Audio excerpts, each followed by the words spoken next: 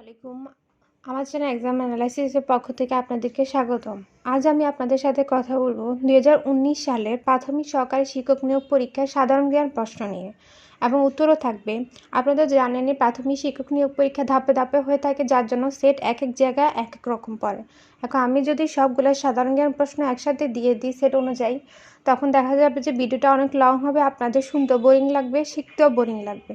তো আমি 20টা করে আপলোড করব যাতে আপনাদের সুবিধা হয় শেখার।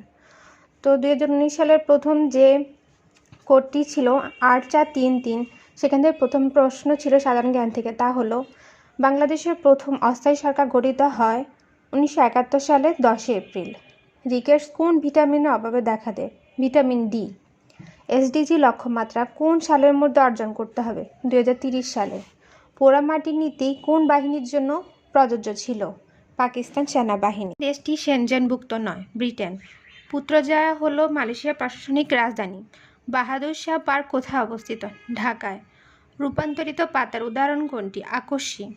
পৃথিবী এবং অন্য যে কোনো বস্তুর মধ্যে যে আকর্ষণ তাকে বলা হয় মাধ্যাকর্ষণ।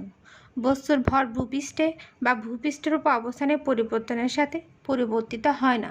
1971 সালের 7ই মার্চ বঙ্গবন্ধু কোথায় ভাষণ দিয়েছিলেন? ঢাকার রেসকোর্স ময়দানে। জাতিসংঘের সদর দপ্তর কোথায় অবস্থিত? New York. আন্তর্জাতিক সাক্ষরতা দিবস পালিত হয় কোন তারিখে? 8 সেপ্টেম্বর। ফারাক্কাবাদ তৈরি করা হয় কোন নদীর উপর? গঙ্গা। আন্তর্জাতিক ধান গবেষণা ইনস্টিটিউট কোন দেশে অবস্থিত? ফিলিপাইন। বাংলাদেশের প্রথম ইপিজেড কোথায় গড়ে উঠেছে? চট্টগ্রাম। বাংলাদেশের সরকার ব্যবস্থা কোন ধরনের? মন্ত্রী পরিষদ শাসিত। কোন ভিটামিনের অভাবে রাতকানা রোগ হয়? Vitamin A. বাংলাদেশ কোন সালে আইসিসি ট্রফি চ্যাম্পিয়ন হয়? 1997 সালে। আমার ভিডিওটি যদি আপনাদের ভালো লেগে থাকে তাহলে আমার চ্যানেলটি সাবস্ক্রাইব করবেন, লাইক কমেন্ট শেয়ার করতে ভুলবেন না। আসসালামু আলাইকুম।